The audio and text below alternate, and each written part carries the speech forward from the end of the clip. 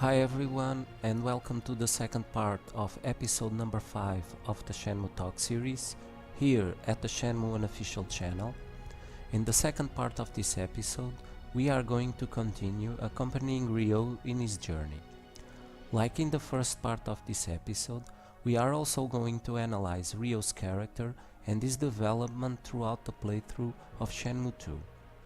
We are also going to analyze his relationship with some of the most important characters in the second game of the series, and most importantly, I am going to explain all of the theories that were mentioned in the previous part of this episode. I hope you enjoyed this video, so let's get started.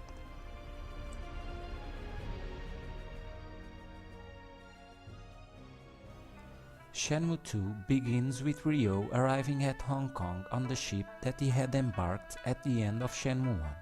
In this first cutscene, we are briefly introduced to the new environment that Ryo will be exploring in this second game of the series, and we can immediately get the feeling that the world of Shenmue 2 will be much bigger than its predecessor at every level.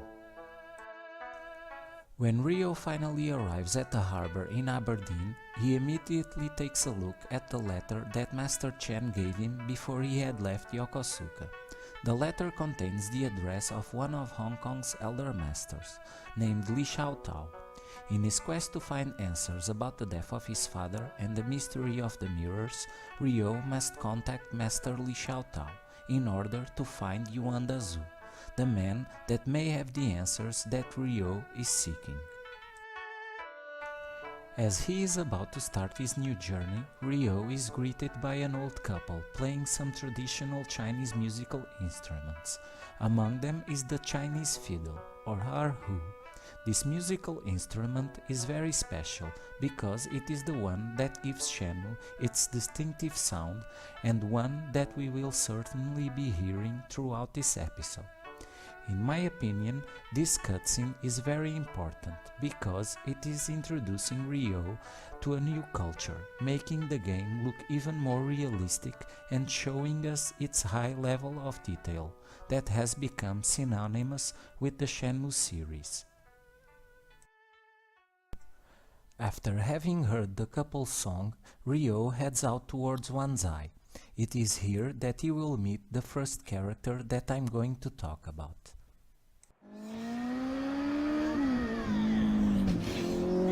Get out of my way!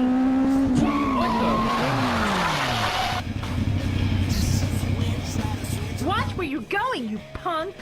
That goes for you too, barging into people like that. You must be Japanese. Yes. Watch out! Here in Hong Kong, you can easily get run over. Where's Wanzai? Huh? Wanzai. Oh, it's that way. I see. Hey, what's your name? Yo. Yo, I'm Joy. You better watch out. There are lots of thieves here.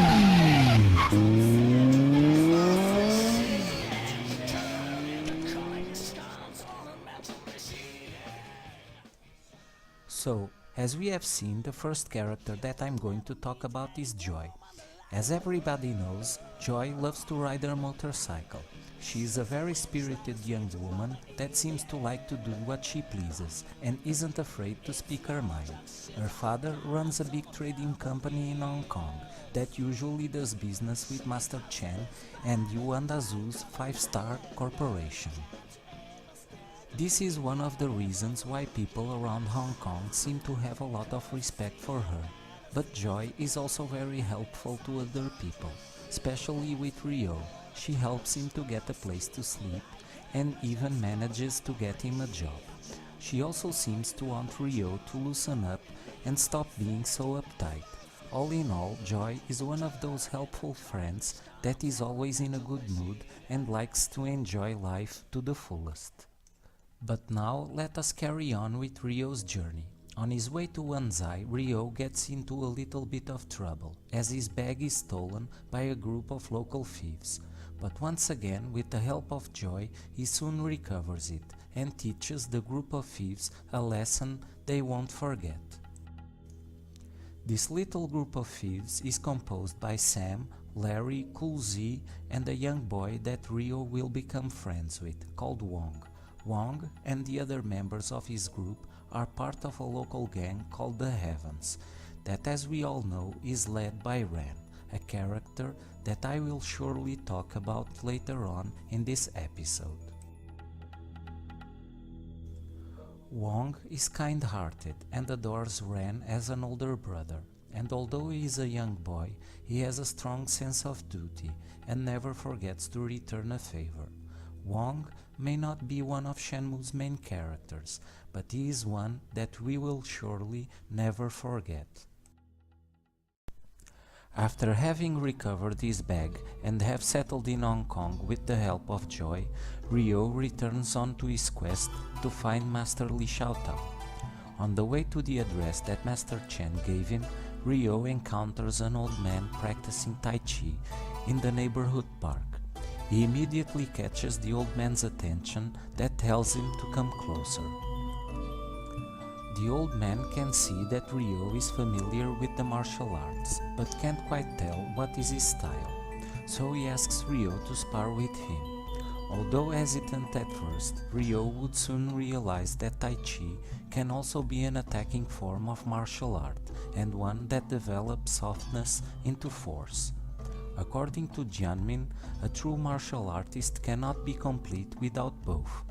Jianmin practices the Chen style of Tai Chi, so let us take a look and see if this style of Tai Chi really exists and if it has anything in common with what Jianmin taught Ryo. The Chen family style is the oldest and parent form of the 5 traditional family styles of Tai Chi. Chen style is characterized by silk reeling, alternating fast, slow motion and bursts of power. Chen style Tai Chi is the most ancient form of Tai Chi training. Chen style is believed to have been adapted from the martial arts. It places emphasis on silk reeling movements, jumps, stamps and low standing postures. Chen style is said to be the smoothest, most powerful form of Tai Chi. Other names for Chen style Tai Chi include Qin Jia, Lao Jia, Cannon Fist, and 18 movement. Tai Chi combines awareness of breathing, meditation, and physical movements, and is believed to be grounded in the Taoist tradition. The concept of yin and yang, polar opposites contained within the whole, and the idea that all things are connected by an invisible force called Qi, are key elements in virtually all styles of Tai Chi. Regardless of style, the general goals of Tai Chi are to bring yin and yang into harmony in order to allow Qi to flow.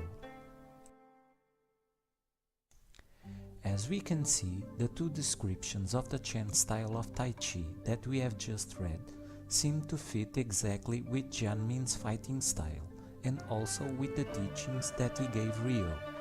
We could also see that Tai Chi is also connected with the concept of yin and yang, a concept that I think is also deeply connected with the story of Shenmue. This turns out to be another great example of the high attention to detail that was implemented in the game, showing us once again that Shenmue is a type of game that puts a lot of emphasis on realism.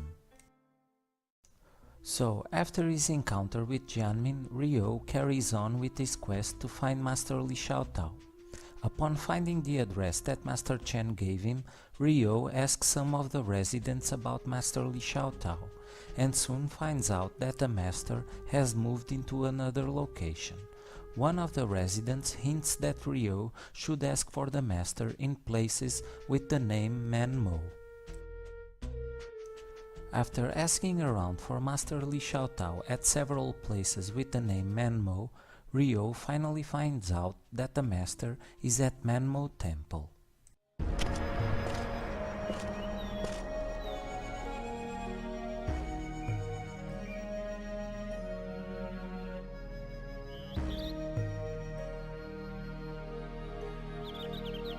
Manmo Temple. Li Xiaotao is here.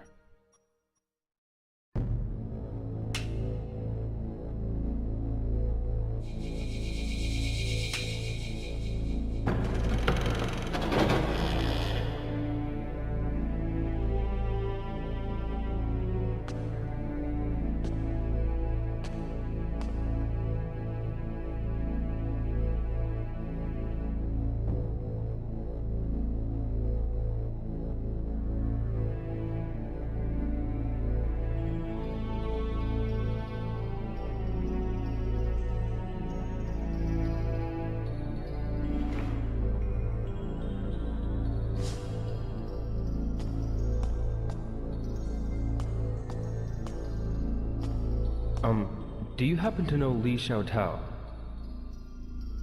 You are? I come from Japan, and I'm looking for Li Xiaotao. From Japan. I'm sorry, but I do not know about Li Xiaotao. Oh.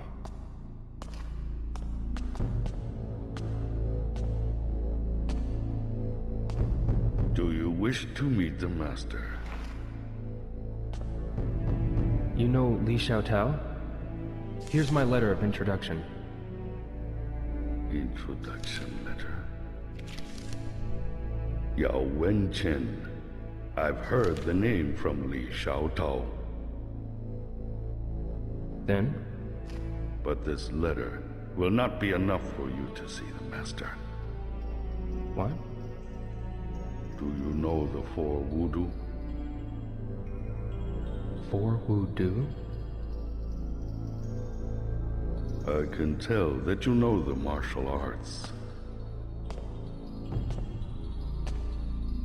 Voodoo is necessary for those who master the art. I don't know. If you understand voodoo, then you will have your meeting. For Wudu.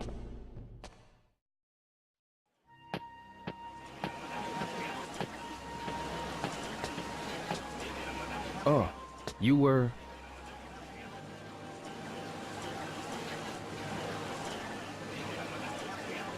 Why were you at Shenmue Temple? I have this single wish. I've been praying every day to have my wish granted. Seems like you have one too. I'd like to ask you something. What? Do you know what Wudu is? Voodoo is what you learn on your own.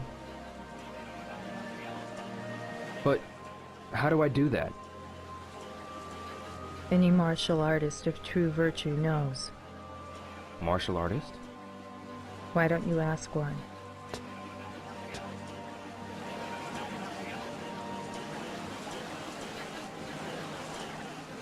Martial artist.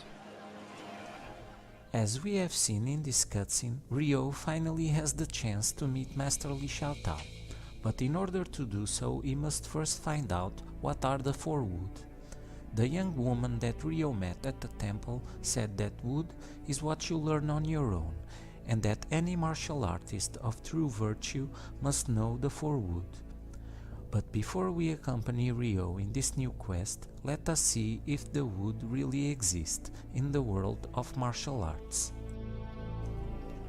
Martial morality. Traditional Chinese schools of martial arts, such as the famed Shaolin monks, often dealt with the study of martial arts not just as a means of self-defense or mental training, but as a system of ethics.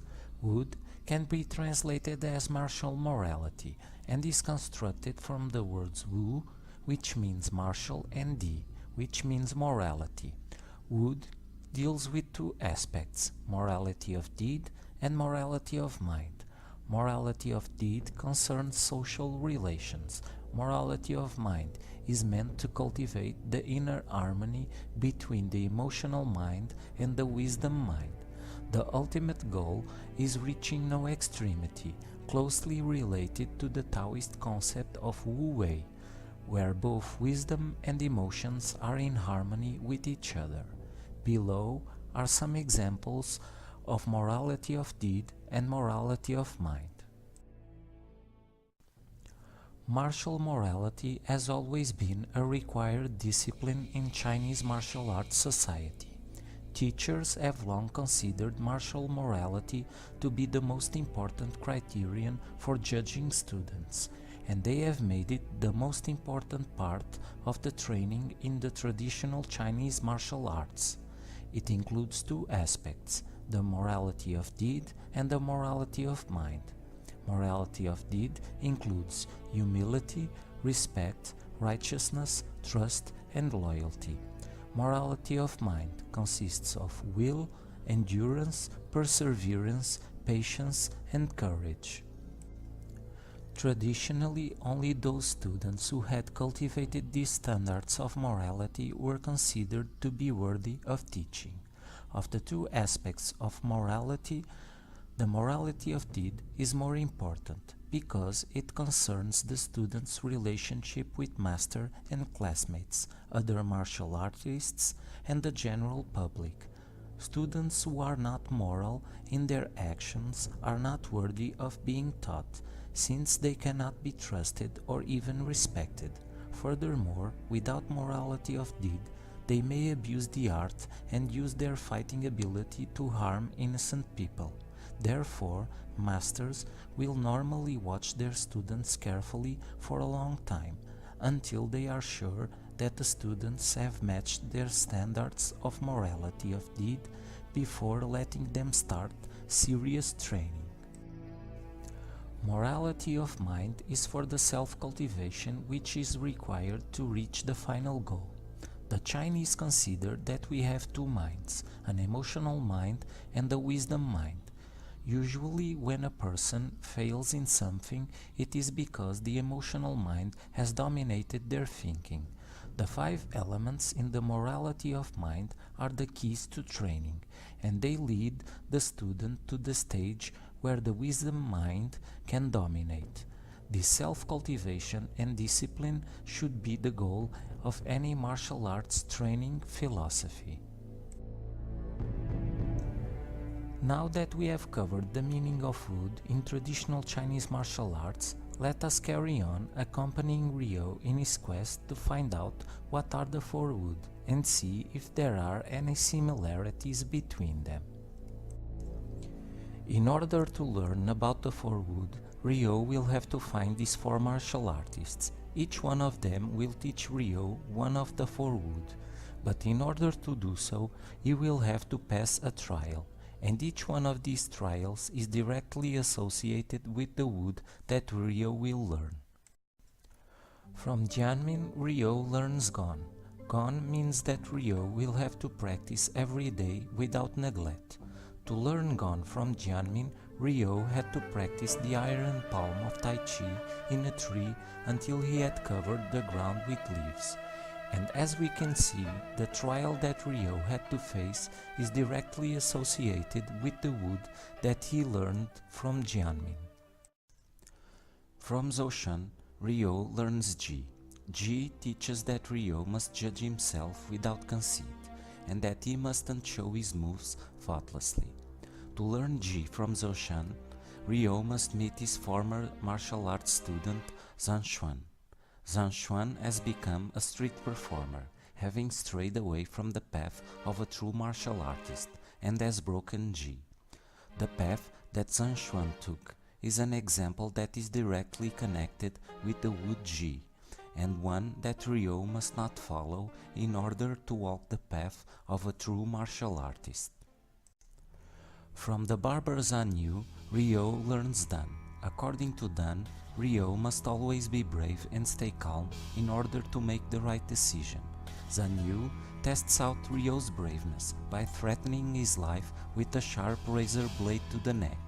To pass the test, Ryo had to stay calm and make the right choice not to move, showing to Zhan Yu that he already possessed Dan within him. The last wood that Ryo learns is Yi. Yi teaches that Ryo must act without hesitation and to do the right thing, and that was what Ryo did by helping Guisheng get rid of the land sharks that were threatening her life. After having learned the 4 wood, Ryo returns to Manmo Temple to finally meet Master Li Xiaotao. Excuse me.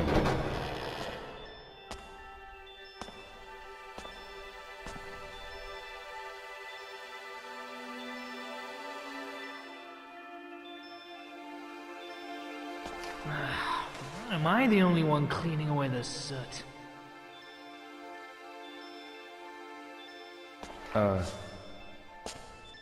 Excuse me.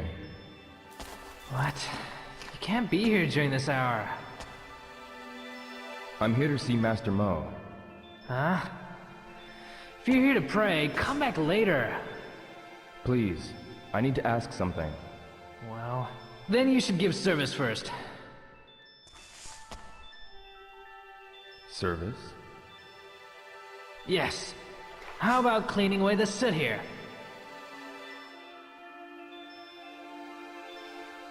Alright, I'll do it. Then start here. Wipe the walls clean. I have to give service in the library.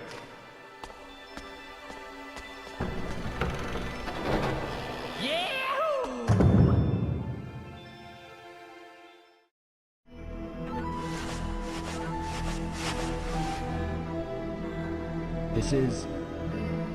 Yi. Act without hesitation, to do the right thing.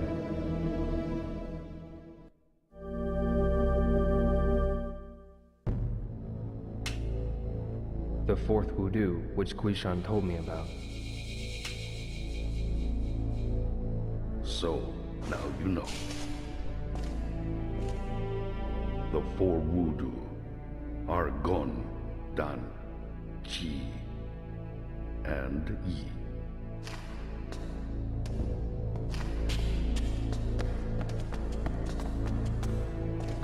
Are you not Li Xiaotao?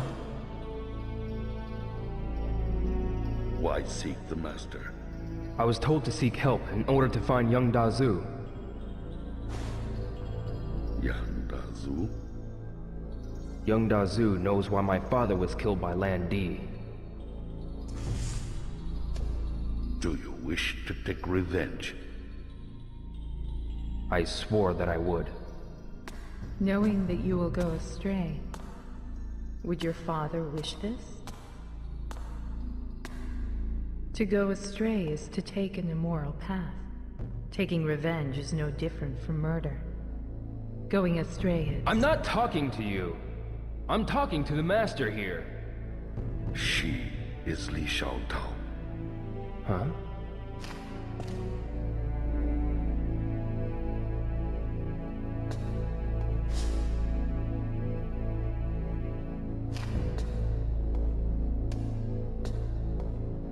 Out of the four Udu, you only have Gon and Dan.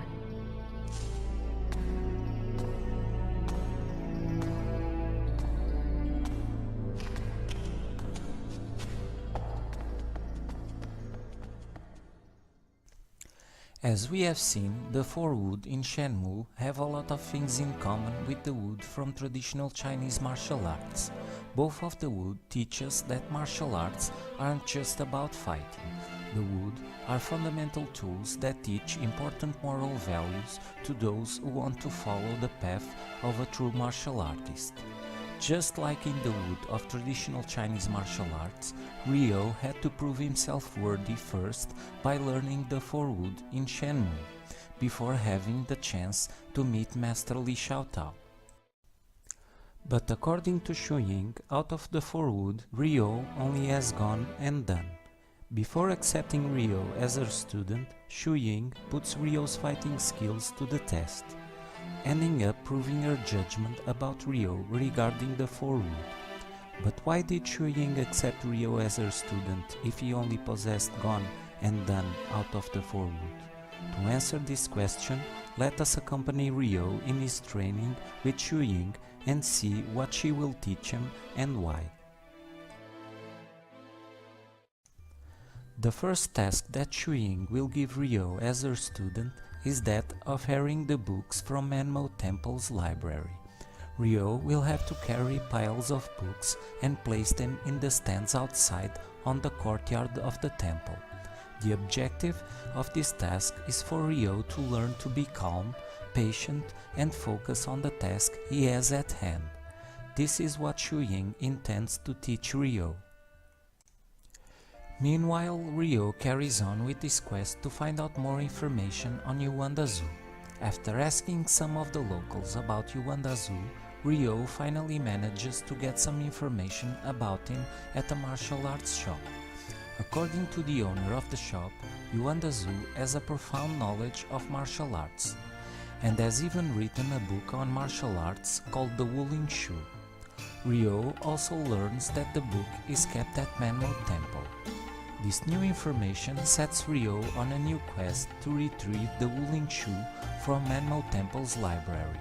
But before getting it, Ryo will learn that he has to earn it first.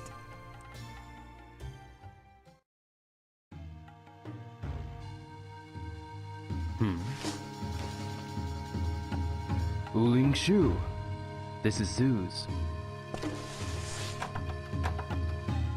It's locked. I should ask Shuing about this.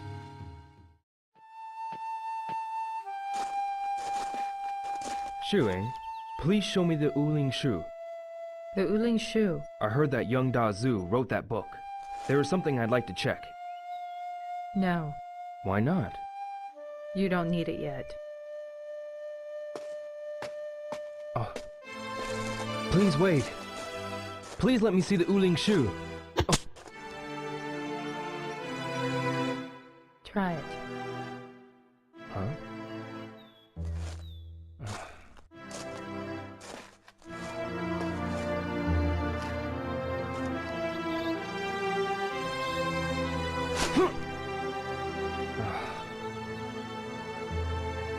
Even a single leaf becomes impossible to catch, unless you're calm enough to concentrate.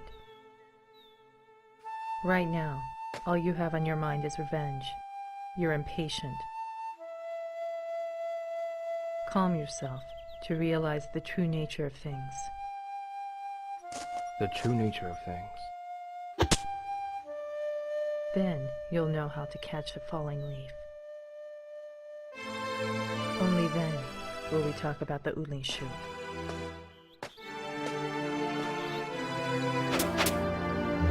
I did it! Now you know how. Yes, you promised. Please let me see the Wuling Shu. You don't sound like you've calmed yourself. But Catching it once or twice doesn't rid you of impatience. Catch the leaves 3 times consecutively. you're serious? Only then will we talk about the Wuling Shu. Understand? 3 times in a row. I don't have a choice. I got it. 2 more times. I got it. 1 more time. I got it.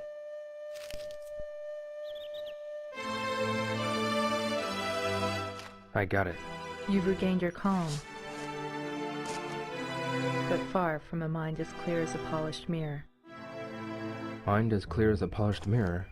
Clear your mind like the quiet surface of the water. Concentrate on yourself, on staying calm. That is the state of a serene mind, like a polished mirror. Stay calm and concentrate on yourself. Here, as promised.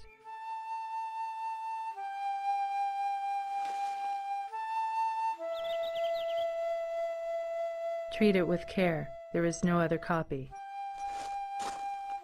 Understand?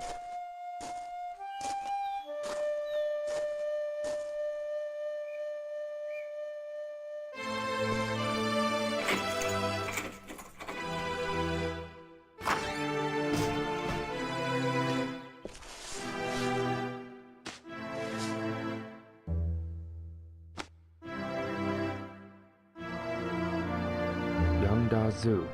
This is the book.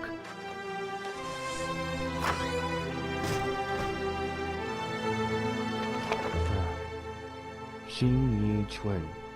A northern style based on Wu Hin Chun.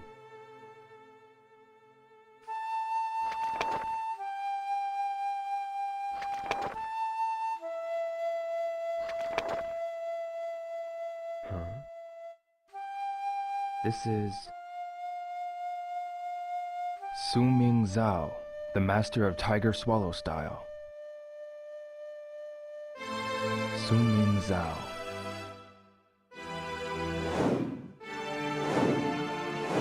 Do you remember Sun Ming Zhao? Lan Di spoke of him.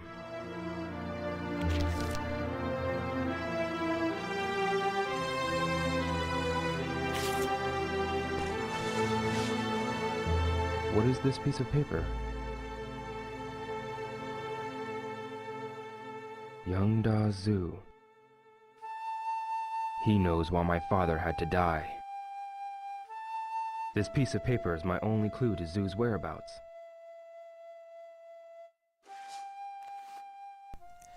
As we have seen in this cutscene, Ryo had to pass Xu Ying's test in order to earn the Wuling Shu. Just like in the task of airing the books, Ryo had to be calm and patient to catch the falling leaves. Although Ryo passed the test, his mind is still very far from being as clear as a polished mirror, just like Xu Ying said. Ryo is still very impatient because of the constant thought of revenge in his mind. At first glance, Xu Ying's lessons appear to be only related to the martial arts, but in my opinion, there is also another strong reason why she took Ryo as her student, a reason that we are going to analyze a bit further ahead. But for now, let us carry on and see what Ryo will find out about the mysterious piece of paper that he found in the Wuling Shu. While searching for answers about the mysterious piece of paper that he found in the Wuling Shu, Ryo pays a visit to Guishan. It is through Guishan that Ryo learns about the Shawan sign. A Shawan is a bowl used for preparing and drinking tea, and the Shawan sign a secret code used by martial arts masters of the same school. According to Ryo, the mysterious piece of paper has the same characters that were found in the letter that was sent to his father. Guishan tells Ryo that each character has a different meaning. Heaven stands for time, Earth for a place, Comrade for a person, and Dragon for actions. The mysterious piece of paper also reveals the correct positions in which the bowls must be placed. Ryo must place the bowls in the correct position at places where people gather, and wait until he receives a sign from a friend of Yuan Dazu. Finding Yuan Dazu's friend would put Ryo's fighting skills to the test, but with a little bit of help, Ryo would eventually manage to finally meet him.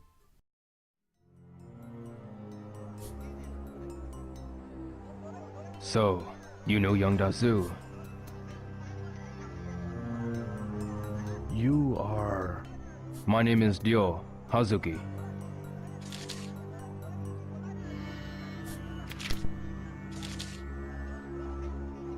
This is Zhu's letter. Iwao Hazuki is your... My father. He was killed by a man called Landi. The Chiyu men's power has already spread to Japan.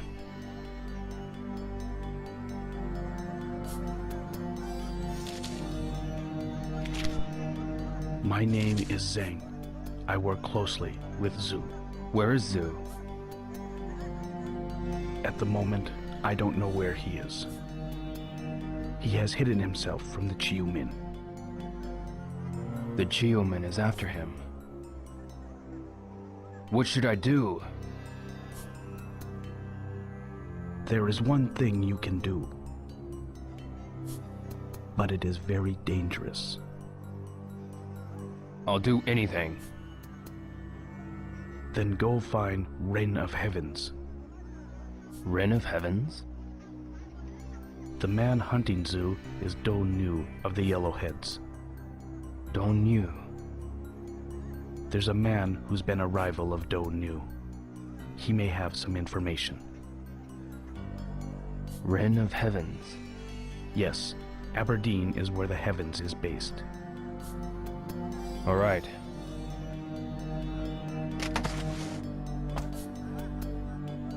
Thank you very much. Ren is a dangerous man. Be careful.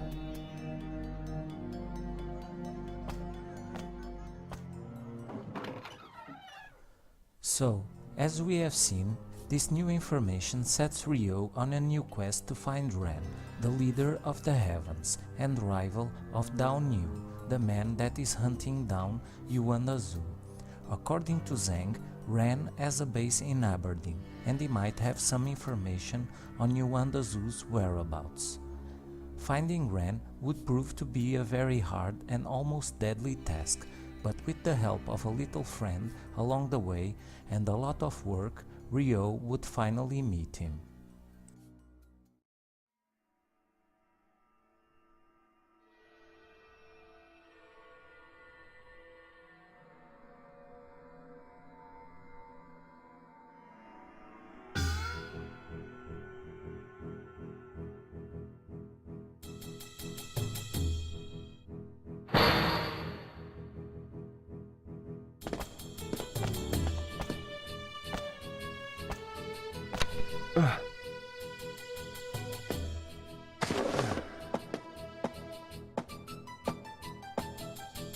Are you the one who wants to make a donation? On one condition. I want to know where Young Dazu is. Easy, no problem.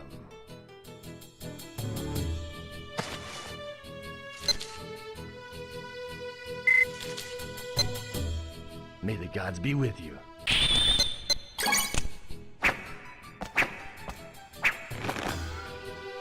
Oh, all right, you win.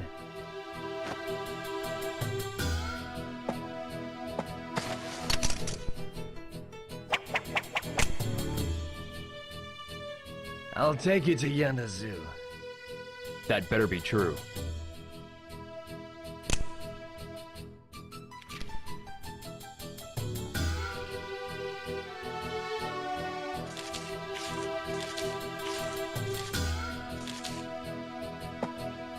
Go here. This place. Fortune's Pier.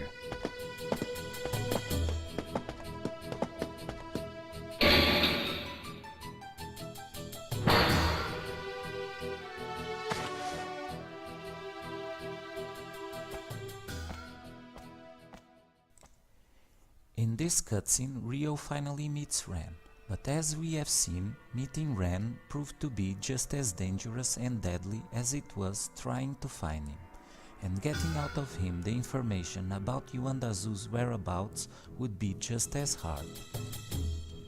It is only when Ren sees the Phoenix Mirror and realizes that money might be involved that he finally reveals to Ryo that Yuanda Zoo is in Kowloon. This new information will set Ryo on a new path, a path that will once again put Ryo's skills to the test. As we have seen, the relationship between Ryo and Ren doesn't start very well, but throughout the rest of the story of Shenmue 2, these two characters will face many dangers together.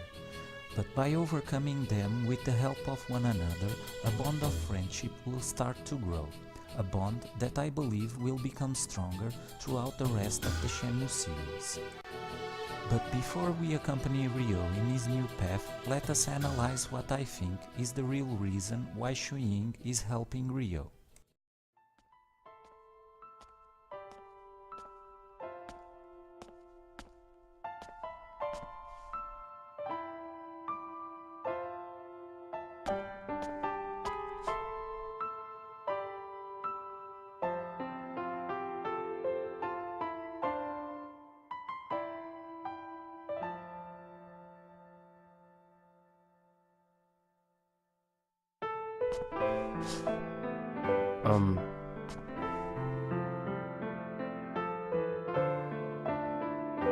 You could have knocked.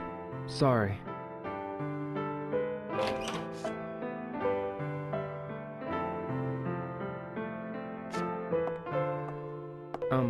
It's okay now.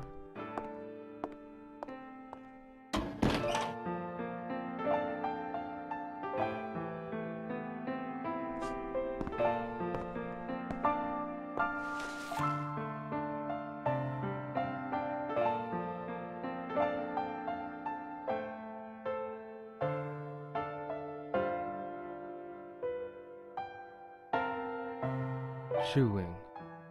Zooming?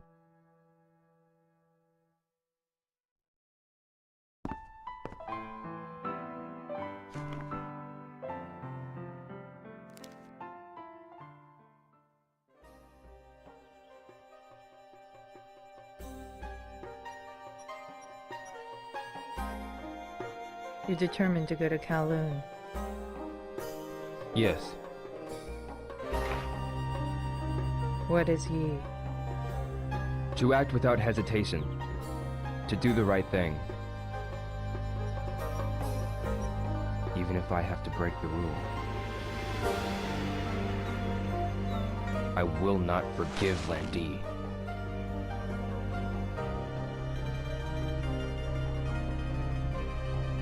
I will not forgive them. No, Zooming.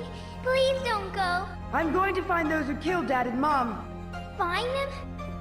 The Chiyomen know. You're going to join them? I'll take my revenge even if I have to sell my soul. No! What'll happen to me if I lose you too? I'll be back, I promise. No! Please don't go! Zooming! Take care of yourself.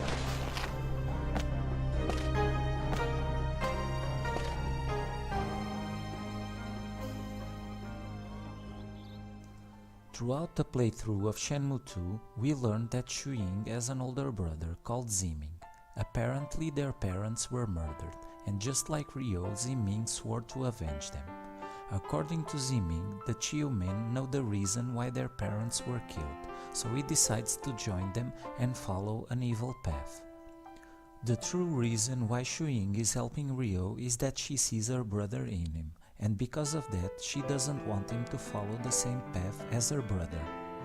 As a child, Shu-Ying couldn't help her brother, but now, as a knowledgeable martial arts master, she is trying to teach Ryo not to follow the same path her brother took. That's the reason why she is trying to teach him to be calm and patient, and for his mind to be as clear as a polished mirror, so that his thoughts of revenge might fade away. But who can Ziming really be? In this next part, we are going to see some of the theories that Shenmue fans have come up with in the last few years and try to uncover Ziming's true identity. Throughout the years after the release of Shenmue 2 and with the discontinuation of the series, many fans were left with a lot of unanswered questions regarding many aspects about the story of Shenmue.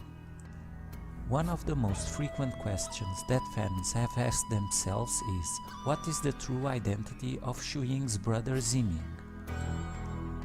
Well, the first answer that usually crossed everyone's mind while playing the game is that Ziming was probably Landi, because of the similar scar that both characters have in their faces, and the fact that both Ziming and Landi's fathers had been killed. Both characters also swore to avenge the death of their fathers, so with all these similarities, it was normal for most of us to think that Ziming and Landi were the same person. But towards the end of the game, we learn that Landi's real name is Long Sun Zhao, and that he is the son of Zunming Zhao, the man that Iwawazuki supposedly killed in Mengkung, China. Although it has never been officially confirmed if Ziming and Landi are or aren't the same person, this information pretty much confirmed that they most likely are not. This next theory was probably the one that was most generally accepted amongst the Shenmue community.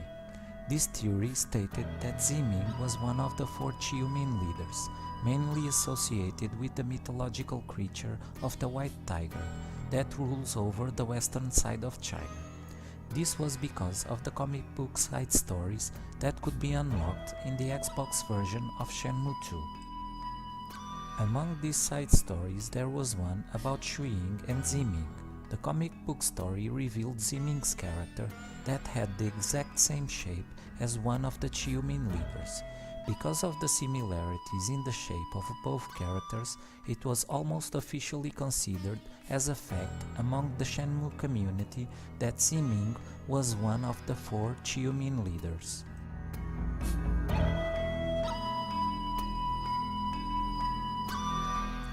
But this theory was disclaimed after the interview that Yu Suzuki gave to David DeVille on the 18th of September of 2014 in Japan. During this interview, David asked Yu Suzuki the following question: There are 4 Chumin bosses. Among them, fans are aware of 3 characters: Lan Di, Niao San, and Hong Shuiying's brother Ziming. Could you provide some details about the last one? And Yu Suzuki answered, Lan Di, Rentei Soryo, is the East leader. His name also means Blue Dragon. About Niao San, she also has another name, Entei, and rules over the south part, and is represented by a phoenix. Now, regarding the last 2 bosses, no one has seen them yet. One of them is Kotei and leads the west part and is represented by a tiger. The last one is Gentei, covers the north part and is represented by a turtle. Oh, and Ziming Hong is not one of the 4 leaders. As we have seen so far, the identity of Ziming Hong remains a mystery, but there are still some theories amongst the Shenmue community that haven't been disclaimed. One of those theories involves a formidable fighter that Ryo faces inside a cage, that goes by the name of Bayu, which means white tiger in Chinese. This theory suggests that Ziming and Bayu are the same person, and that he joined the criminal organization of the Chiumin and became Lan Di's disciple. This theory is supported by the fact that both Ziming and Lan Di grew up wanting to avenge the death of their fathers, and that Bayu also uses the same fighting style as Lan Di. This would explain why Ziming became Lan Di's disciple and a member of the Chiumin. The other fact that can also support this theory is that Ziming, as Bayu, has his face painted and also wears a mask, so as not to be recognized because both Ziming and Shuying were raised at the Thousand White Convent in Kowloon. The last theory that I'm going to talk about is more far-fetched, but is also supported by a few members of the Shenmue community. Some of these members believe that it is possible that Ziming could be Chai. In his quest for vengeance, Ziming joined the Chiumin and became lost to the evil path. His obsession transformed him into the grotesque figure of Chai, pretty much like what happened with Gollum in Lord of the Rings. This theory would explain why this character was to be featured in the 2nd chapter of the story, and why he will appear in the 3rd game of the series. Now that we have covered some of the theories surrounding Ziming's identity, let us carry on with Ryo's new journey into Kowloon, where he will face new challenges in his quest to find Yuandazu. Upon his arrival at Kowloon, Ryo meets up with Ren in his hideout. With the smell of money involved, Ren decides to help out Ryo in his quest to find Yuandazu. In their search for Yuandazu, Ryo and Ren get into a lot of trouble, facing Ren's rival gang, the Yellowheads, and its leader Dao Yu, but eventually they manage to escape them. After a long investigation, they end up finding out that Yuan, Dao Yu's right-hand partner, has captured Zhang, Yuandazu's aide. Eventually, Ryo and Ren end up finding out Zhang's location and manage to save him before being tortured. With Zhang safe in Ren's hideout, he reveals to Ryo that Yuandazu is in the 10th floor of the Ghost Hall building.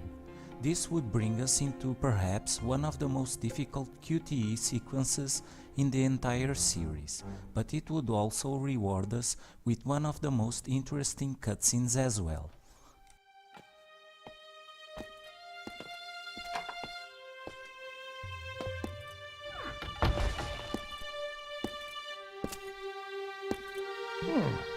There's no one here. Where did Zoo disappear to? Calm down. Shut up! I am calm.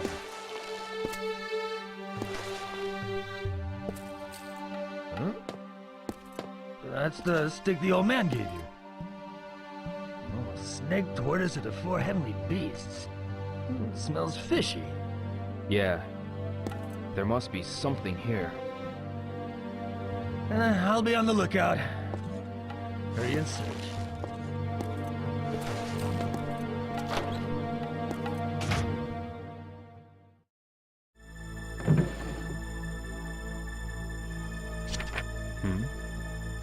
This picture. The four heavenly beasts Ren mentioned. This is... looks similar to the stick Zhang gave me. There must be some meaning to the combination of these pictures. Somewhere in this room are the others? Some connection with the four heavenly beasts? How's it going? Did you find something? Hey, what is it?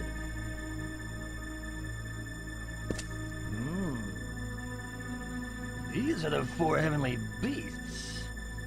Same picture that's on those sticks that old man gave you. Look. Hey, that statue looks fishy.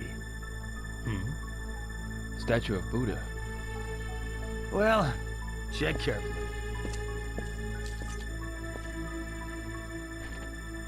A statue of Buddha. There are holes in the face. Looks like a keyhole.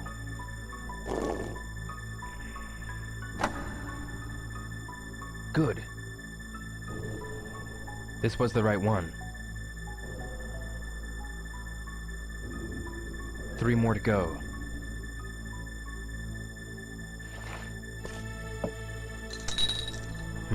There's something...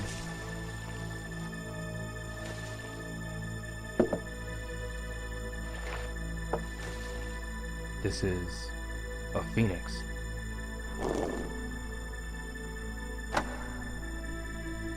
Good, it fits. Heard the key click. 2 more.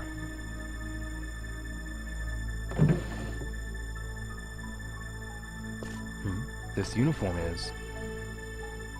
the Hazuki name's on it. Perhaps this was my father's. What?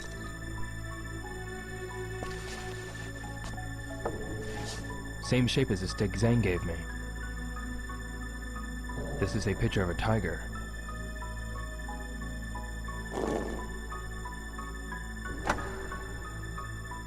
Good.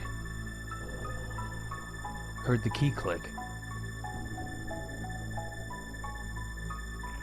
1 more. Yin and Yang. Same as the banner in our dojo.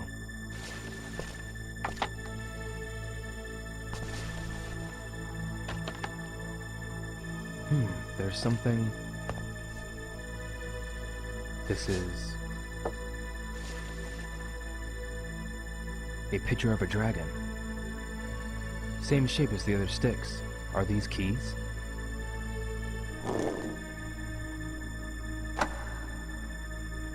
Good. This was the right one.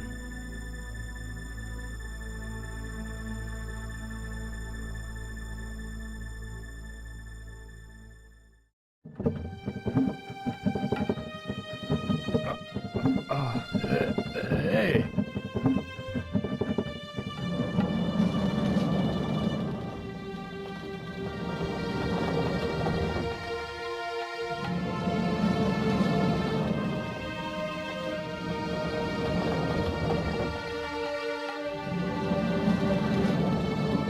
What the hell?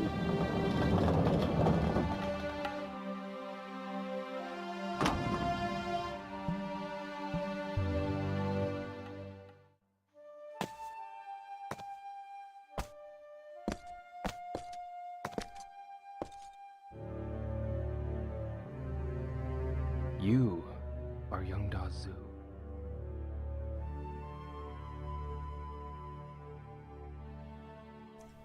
As we have seen in this cutscene, Ryo had to find the 4 keys of the 4 heavenly beasts in order to find Yuan Dazu. As we all know by now, each one of the 4 heavenly beasts is associated with each one of the 4 Chiumin leaders. But what I also found interesting in this cutscene is that one of the keys that Ryo finds was hidden alongside his father's martial arts uniform, and that key had the mythological creature of the white tiger carved into it. I think that the fact that the key of the White Tiger was alongside Iwao's uniform might be a clue about his past. I believe that it is possible that Iwao might have been a former Chiumin leader associated with the mythological creature of the White Tiger in the past, but because of his convictions he might have rebelled against the Chiumin that wanted to use the mirrors for the wrong reasons. This would explain why Iwao might have possibly killed Zunming Zhao and why he took the mirrors with him to Japan. That could also have been the reason why Iwao left a letter for Ryo in his room.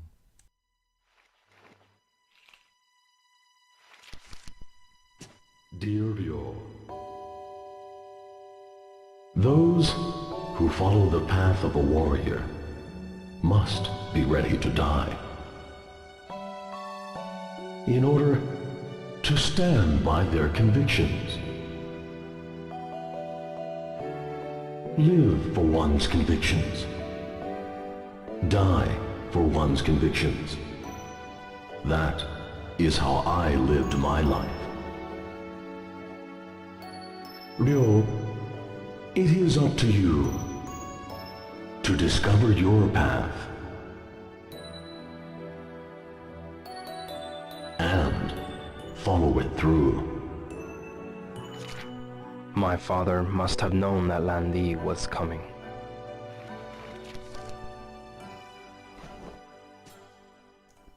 I believe that this letter was Iwao's way to explain to Ryo why he did what he did, and also to advise him to follow his convictions to the end.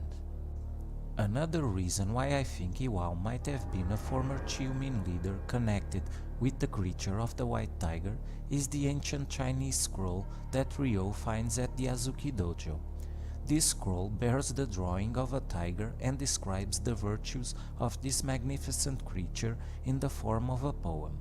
The poem teaches a secret martial arts technique that can only be deciphered by someone who has received verbal instruction from the master who wrote it. This is also one reason why I think Ryo is closely connected with the creature of the tiger. And if we listen with close attention to Guizhang's translation of the poem, I think we can uncover where Ryo might find the master who wrote its poem.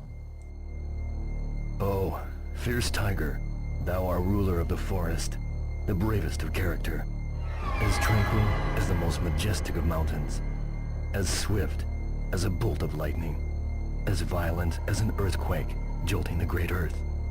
Show no mercy. With twin fangs strike, and rush up Moon Mountain.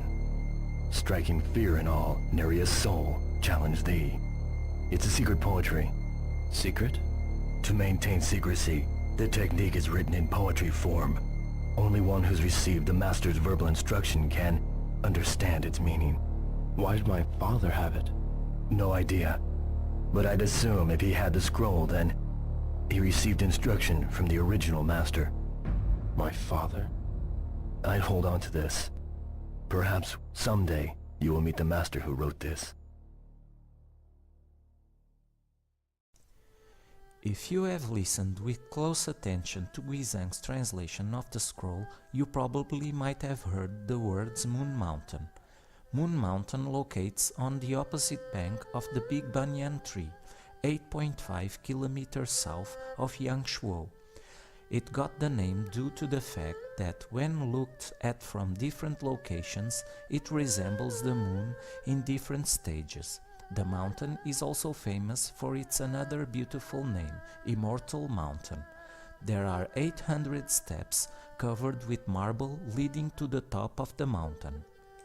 Around Moon Mountain there are a lot of famous attractions such as Lying Tiger Hill and Nine Cows Hill. Moon Mountain is also a fine outdoor place for natural rock climbing site. Every year the mountain attracts numerous rock climbers. The top of Moon Mountain gives those victors the best view of the beautiful scenery, full of water, trees and flowers. If this theory is correct and the Moon Mountain that we heard in the scroll's translation is in fact the same location as the mountain that I have shown you, then there is definitely the possibility that Ryo might find the master who wrote the scroll's poem in Shenmue 3, because the Moon Mountain that I have shown you is located in the region of Guilin, where the third game of the series will take place. As we have seen, there are a lot of things in the story of Shenmue that are connected with the figure of the tiger, and all of them also seem to be in one way or another connected with Ryo. Like for example, Ryo wears a leather jacket with the powerful symbol of the tiger in its back. In Shenmue 1, he finds a mysterious scroll in his family dojo that contains a painting of a tiger, and that secretly teaches a martial arts technique in the form of a poem. In Shenmue 2, he finds out in a martial arts book called the Wuling Shu that Zunming Zhao is the master of the Tiger Swallow style of martial art, and that style was probably the one that Lan Di used to kill his father Iwao. Zunming Zhao can even be the master who wrote the scroll that Ryo found in the Azuki Dojo. And later on in Shenmue 2, Ryo also finds a key with a white tiger carved into it that was alongside his father's martial arts uniform. All of these things make me believe that this isn't just a coincidence, and that there is definitely a deep connection between Ryo and the figure of the tiger, and in my opinion, that there are even more connections between them. Further ahead, I'm going to explain my theory on how Ryo and the tiger might be connected with Shenhua's prophecy, but for now, let us carry on with Ryo's journey and continue analyzing his evolution as a martial artist. By having found Yuandazu's secret hideout, Ryo and Ren didn't realize that they had led the Yellowheads to him. While Ren escapes, Ryo ends up with no other choice but to fight the Yellowheads and its leader Dao Yu. In this advantage against multiple opponents, Ryo ends up being defeated by Dao Yu, but eventually he is rescued by Shu Ying. He is then taken to the Thousand White Convent, where Shu Ying takes care of his wounds. After having recovered, Ryo meets up with Ren and the rest of his friends at their hideout. At Ren's hideout, Ryo receives the information from Joy that Yuandazu is in the Yellowhead building, Dao Yu's headquarters. The entrances to the Yellowhead building are heavily guarded, and it seems that there is no other way to enter it. But by using the Shawan sign at the tea shops, Ryo would soon receive a message from Zhang to meet with someone that he was definitely not expecting.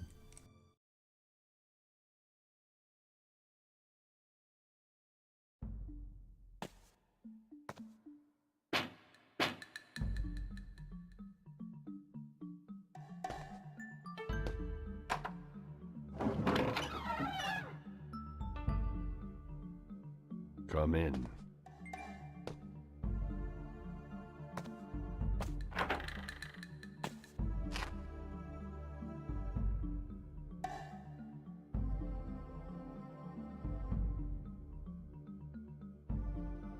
If you are afraid, now is the time to go back.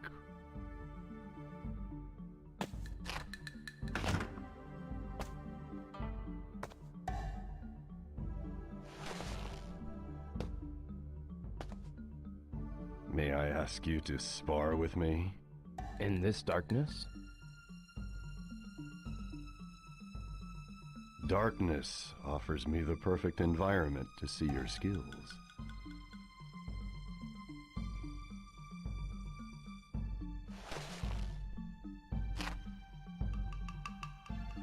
Here I come.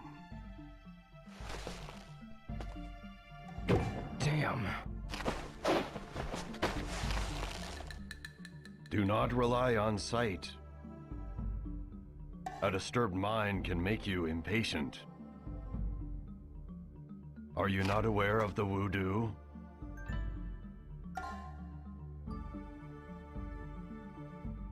Done.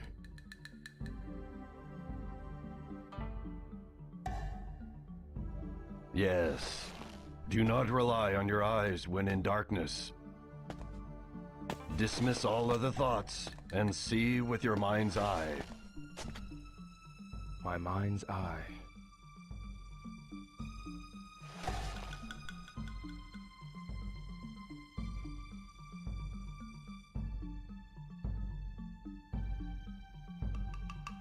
Concentrate on your hands.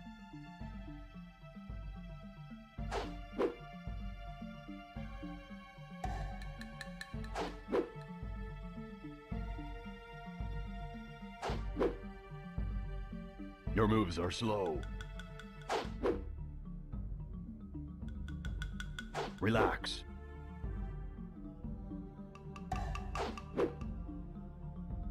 The mind's eye. Clear your mind.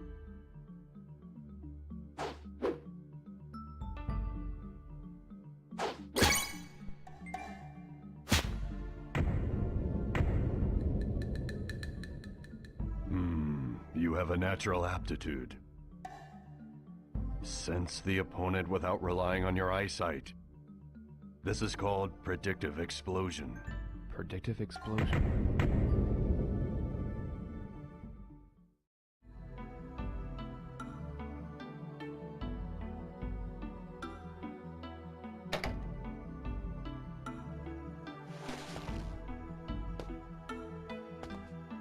Oh, you were playing the Chinese fiddle. You can see? You are Iwao's son. You knew my father? About 20 years ago, your father visited this place. My father came here? Iwao had much interest in the Chinese martial arts. We became friends and often exchanged our knowledge on moves. Is Iwao well? He was killed by a man named Lan Di of the Chio Men. Killed?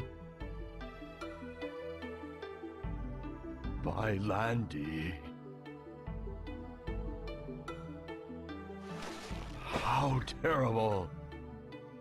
Iwao was killed.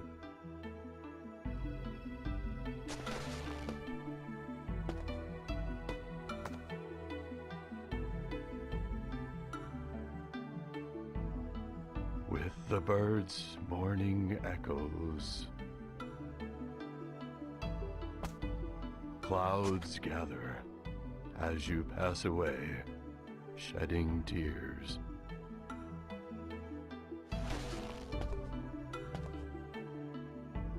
If there is anything I can do for your father,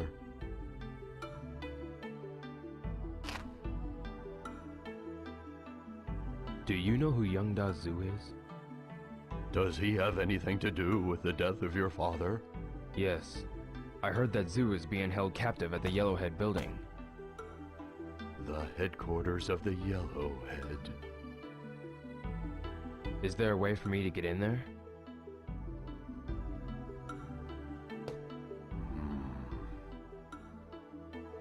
There is a way.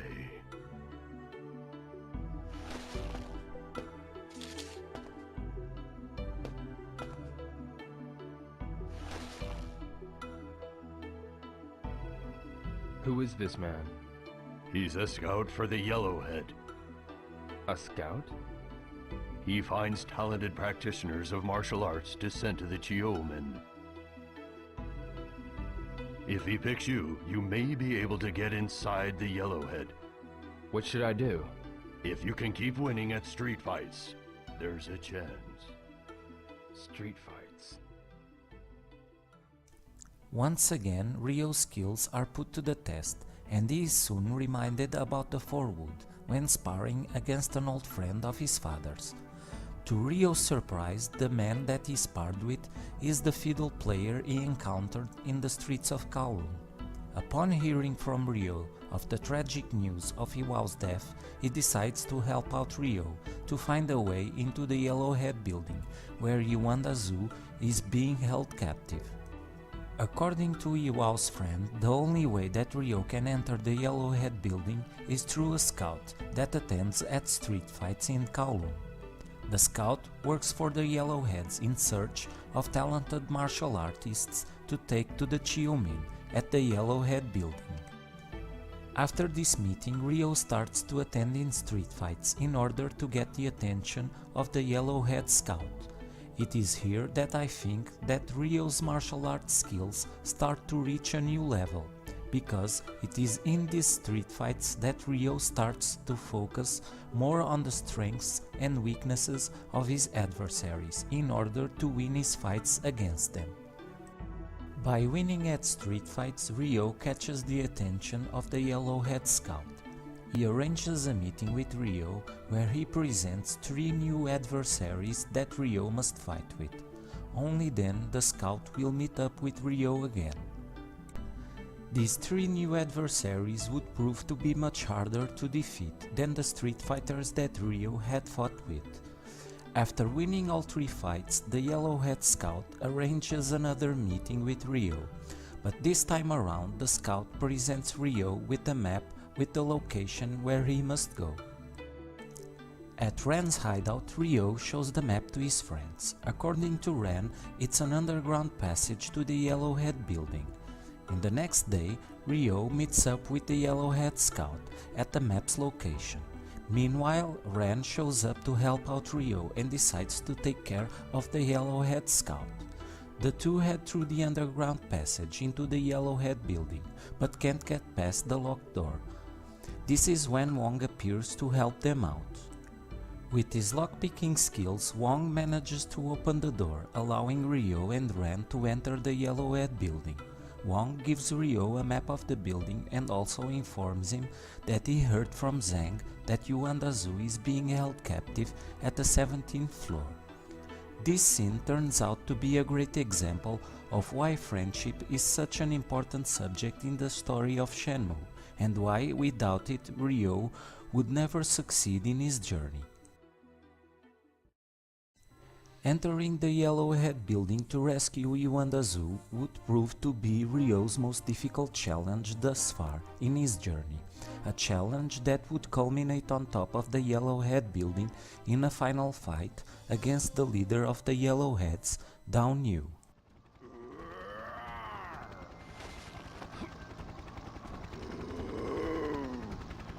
Damn you bastard! I'll smash you into pieces! Die! I just can't stand rats!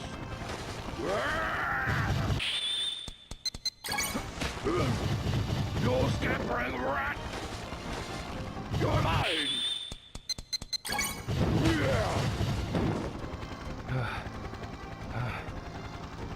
Damn. What should I do? Concentrate on yourself and staying calm.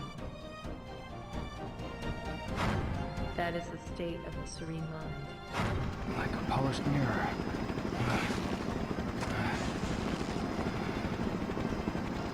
Concentrate. Only on your mind. This'll finish you off!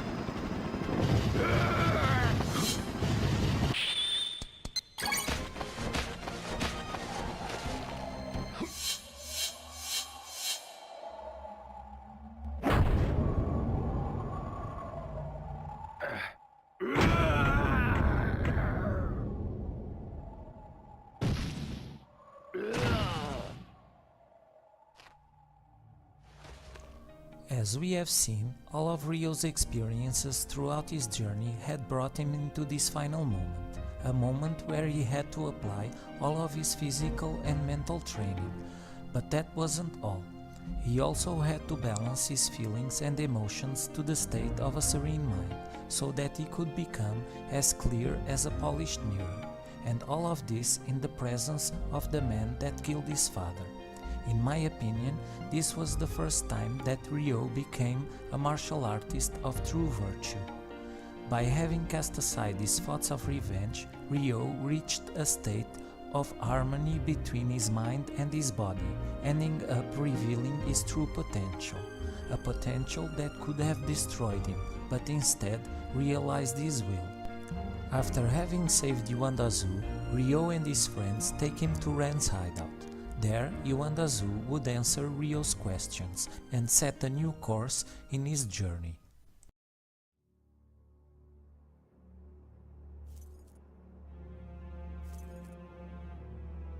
So, Iwao was killed by Landi. How cruel can fate be? Please tell me, why did Landi kill my father? He was like you. Vengeance. Vengeance? Landi avenged the death of his father, Sun Minzao.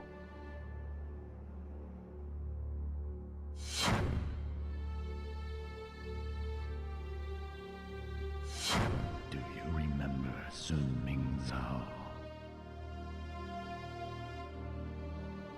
Su Mingzao. That name! Landi's real name is Long Sun Zhao. He is the son of Sun Mingzao. Landi believed that Sun Mingzao was killed by your father, Iwao Hazuki. That can't be true! Father would never kill! I'd like to believe that myself, but I don't know what really happened. You don't? But I do know that Su Mingzao died, and that Iwao brought Zhao's mirrors to Japan. The mirrors. Su Mingzao was my best friend. If he had lived, he would have become a legendary martial arts master. My father had this mirror.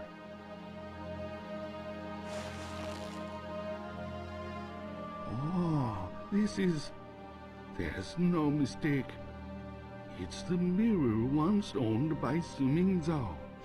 Landi took the dragon mirror when he came to kill my father. Is that so? I don't want to listen to these depressing stories. I want to know about this mirror here. What the hell is this, huh? When this phoenix mirror is paired with the dragon mirror, the two form a key. A key? Yes. A key to the treasures hidden away in order to revive the Qing dynasty.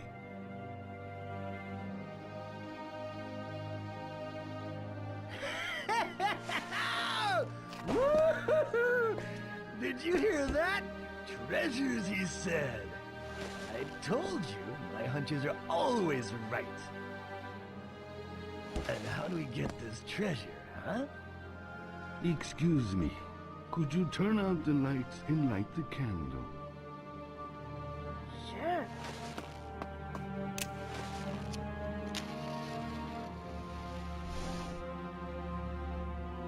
You should see this. What's the show?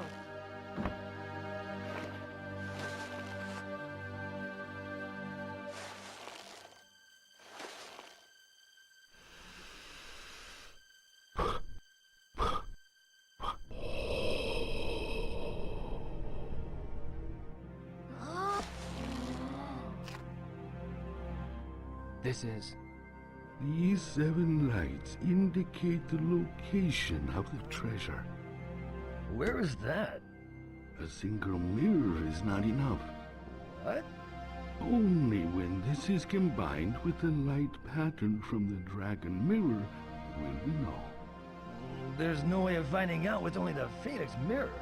There is a clue. You must go to Guilin. Guilin? There is a place where Zhao and Iwao trained when they were young. My father? Go to Bailu village in Guilin. The mirrors are made of phantom river stone found only in that village. The descendants of the one who made the mirrors live there too. You might find more information there. Bailu Village. Landi is headed there as well. Lendi has gone to Guilin?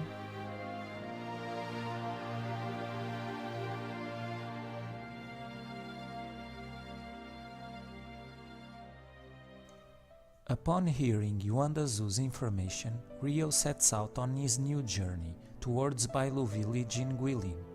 Little did he knew that in this new path he would have an encounter predetermined since ancient times with a mysterious girl named Shenmue, and that together they would brave the rocky path into a cave bearing proof of their destined encounter.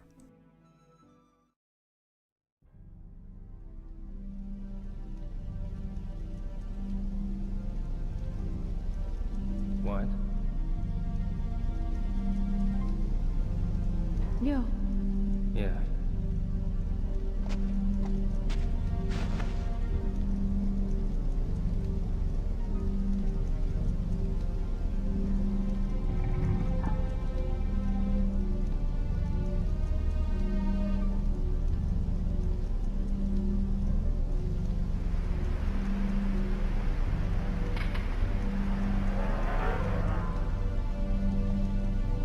Yo!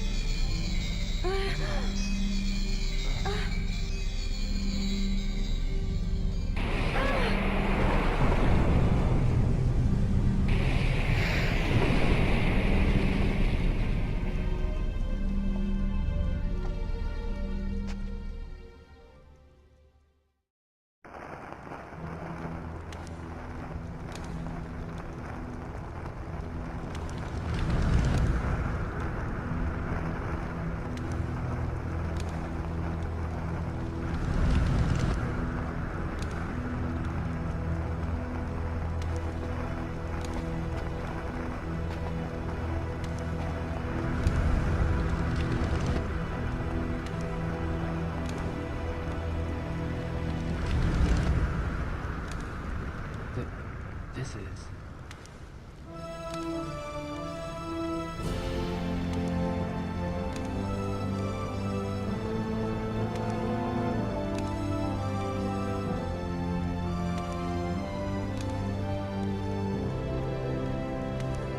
Phoenix and dragon. the same as the mirrors.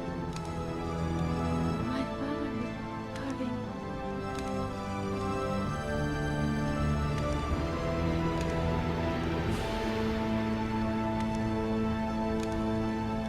From a distant land in the east, from across the sea, he shall appear. He does not know of the strength hidden within him. The strength that would destroy him. The strength that would fulfill his wishes. When he is ready, he shall seek me out, and we shall brave together the rocky path. I shall wait. This encounter has been my destiny since ancient times. A dragon shall emerge from the earth, and dark clouds shall obscure the heavens. A phoenix shall descend from above. Its wings will create a purple wind. In the midst of the pitch-black night, a morning star shall glisten alone. What is that poem? It has been told in the village from long ago.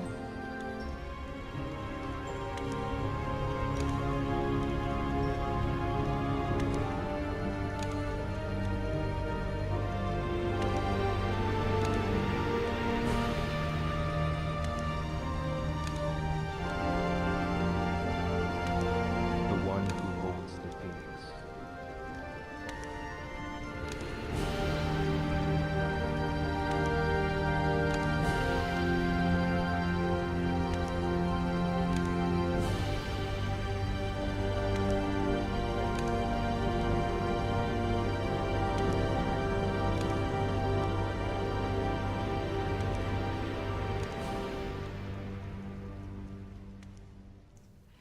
the final part of this episode, we are going to analyze the prophecy that we have just heard from Shenmue in this cutscene, and how it might be connected with Ryo and the figure of the tiger.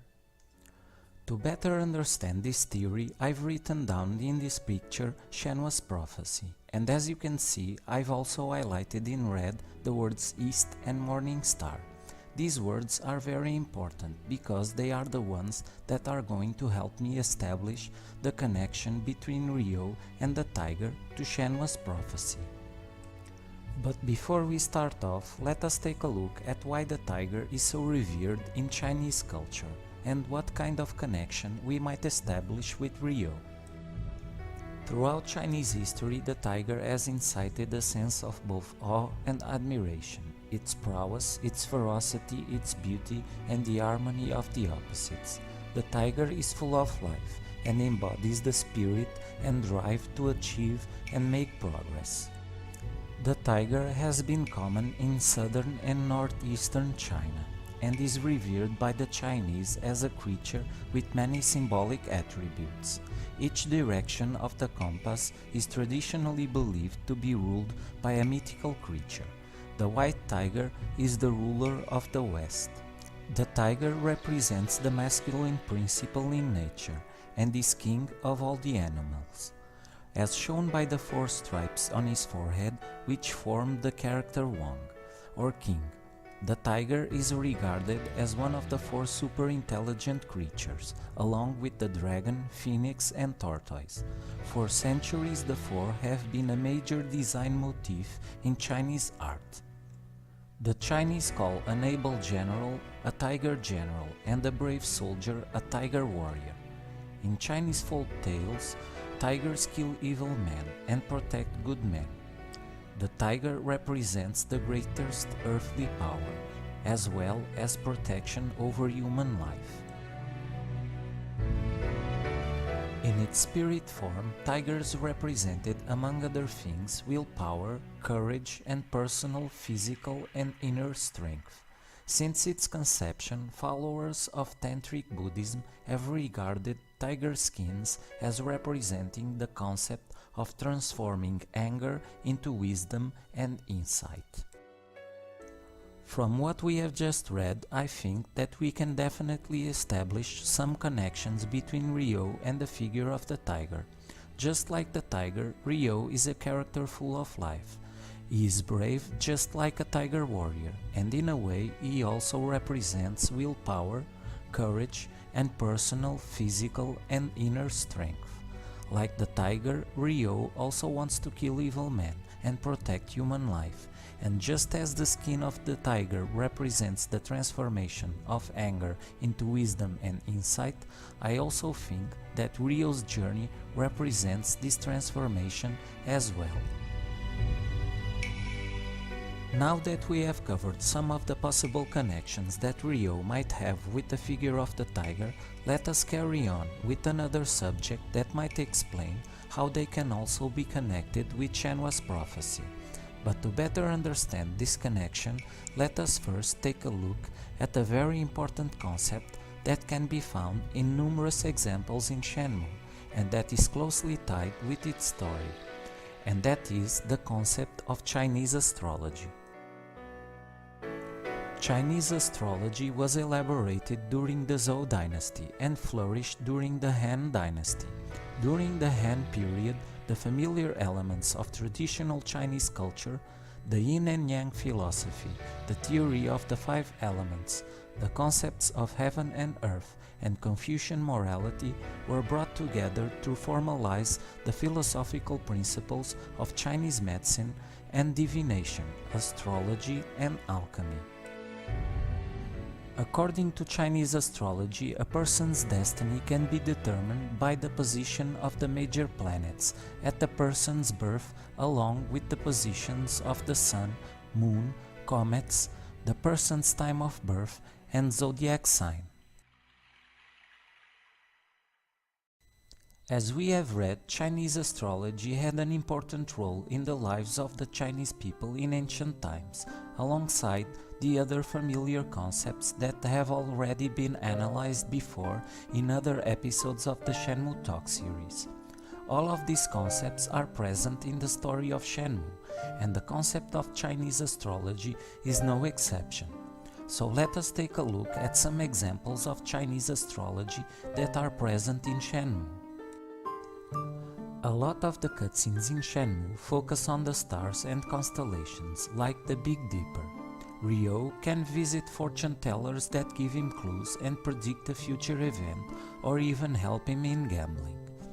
The light pattern of the Big Dipper in the Phoenix Mirror that shows the location of the treasures that can revive the Qing dynasty is another example. Even Shenmue's prophecy is an example of the presence of Chinese astrology in the game. We can also see that the four heavenly beasts are also connected with Chinese astrology, because each one of them is associated with a planet of our solar system. These are just a few of the many examples of Chinese astrology that can be found in Shenmue. And the cutscene that we are about to see next is also another great example, but apart from that, I believe that it might also explain how a celestial body might be directly connected with Shenmue's prophecy and also Ryo's fate. This book. Book on constellations. The Xingshu are explained. Xingshu? The stars that affect the fates of people. The Big Dipper is one of them. The Big Dipper? The North Star is said to be the god that deals with death. The harbinger of death. When the North Star flickers, something bad happens. Like last night. I was watching the Big Dipper when I got this bad feeling. Bad feeling? That's why I couldn't go to sleep and started singing. So that was why. As we have seen, just like in Chinese astrology, in Shenmue, the heavenly bodies also seem to have an influence on the fates of people. And in my opinion, Ryo's fate is directly connected with the celestial body that is presented in Shenmue's prophecy. But to better understand my theory about this connection, we have to see the following cutscene. Hurry, you must come. Who are you? The dragon. We'll close the path. What do you mean? Hurry, there's not much time. In 1 month the dragon will block...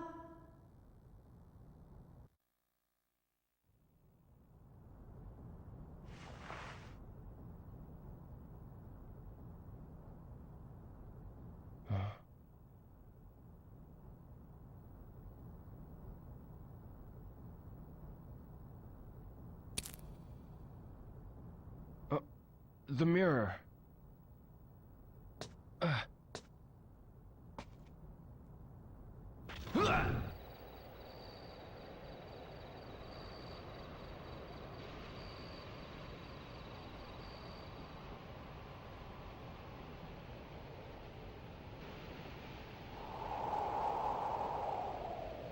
The dragon calls the dark clouds and hides the morning star.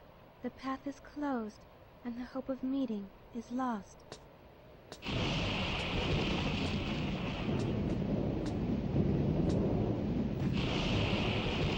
I shall take your power for the Chio. So, in this cutscene, we hear Shenmue warning Ryo about a future event. After that, we see the Phoenix Mirror cracking in Ryo's hand, and the arrival of Landy that apparently seems to end up killing Ryo. We then see Shenmue alone in a praying stance proclaiming a bad omen that says, "The dragon calls the dark clouds and hides the morning star. The path is closed and the hope of meeting is lost." In my opinion, if we analyze carefully what Shenmue has said, we will see clearly that she is describing in a metaphorical way the event that happened previously between Landy and Ryo. When Shenmue says the dragon, she is definitely referring to Landy, because we all know by now that Landi is connected with the mythological creature of the dragon. The calling of the dark clouds, in my opinion, symbolizes Landi's act of killing, and the hiding of the morning star symbolizes Ryo's death. This interpretation makes me conclude that the morning star is the star that is directly connected with Ryo and his fate. And it is with Ryo's connection to the morning star that we are going to establish the link between Ryo and the figure of the tiger, as I will explain next. To understand the link between Ryo and the figure of the tiger, we have to first know what is exactly the morning star. Venus, as one of the brightest objects in the sky, has been known since prehistoric times and has been a major fixture in human culture for as long as records have existed. As such, it has a prominent position in human culture, religion, and myth. It has been made sacred to the gods of many cultures and has been a prime inspiration for writers and poets, as the morning star and evening star. In Chinese, the planet is called Jinqing, the golden planet of the metal element. It is known as Kejora in Indonesia and Malay. Modern Chinese, Japanese, and Korean cultures refer to the planet literally as the metal star, based on the 5 elements. As we have read, the morning star is nothing else other than the planet Venus, and is also for the Chinese the planet associated with the element of metal, based on the theory of the 5 elements. But how does this connect Ryo with the figure of the tiger? Because the white tiger was chosen by the earliest Chinese astronomers to represent the planet Venus and positions of the moon against certain stars in the western sky. These 7 collections of stars altogether look like a tiger, and because the white tiger also represented the element metal to the ancient Chinese astrologers. All of these connections lead me to conclude that there is definitely a link between Ryo and the figure of the tiger. But in my opinion, there is yet another interesting connection that also links them together, and that is the compass direction associated with the mythological creature of the white tiger. The white tiger is one of the 4 symbols of the Chinese constellations. It is sometimes called the white tiger of the west, and he is known as Baiyu in Chinese. It represents the west in terms of direction and the autumn season. As we have read, the white tiger also represents the compass direction of the west. At first glance, this connection may not seem important, but in my opinion it has a profound meaning, because Ryo's journey takes him from Japan into China, which means that he travels from the east, that is, the direction mentioned by Shenmue in her prophecy, into the west, the direction associated with the white tiger. This journey from Japan in the east to China in the west is the journey of Ryo's destiny, and in my opinion, it symbolizes Ryo's transformation, a transformation not just as a martial artist, but also as a person, from student to master, and from a young man into an adult. And now that I have explained my theory on how Ryo is connected with the figure of the tiger, let us end this episode with my interpretation of Shenmue's prophecy. From a distant land in the east, from across the sea, he shall appear. In this first sentence, it is obvious that Shenmue is referring to both Ryo and his home country, Japan. He does not know of the strength hidden within him, the strength that would destroy him, the strength that would fulfill his wishes. In my opinion, this part of the prophecy is referring to Ryo's inner strength, something special that only he possesses, and that according to the way he will wish to use it, it will either destroy him or realize his will. I think that this will be directly connected with Ryo's choice on either to avenge his father's death or not. If Ryo chooses the path of evil by deciding to kill Landy and avenge his father's death, his power will destroy him. If he decides not to take this path, his power will realize his will, and he will be able to solve the mystery of the mirrors and end his journey in peace. When he is ready, he shall seek me out, and we will brave together the rocky path. This part is obviously mentioned in the encounter between Ryo and Shenmue, and the journey that they will have to face together. I shall wait. This encounter has been my destiny since ancient times. At first glance, this sentence seems to be very obvious, because it is certainly mentioning Shenmue's destined encounter with Ryo. But in my opinion, it could also mean that their encounter hasn't been fulfilled since ancient times, up until now, and that probably throughout other lives they have tried to succeed and have eventually failed to do so. A dragon shall emerge from the earth, and dark clouds shall obscure the heavens. A phoenix shall descend from above, its wings will create a purple wind. I think that this part of Shenmue's prophecy involves a number of certain things.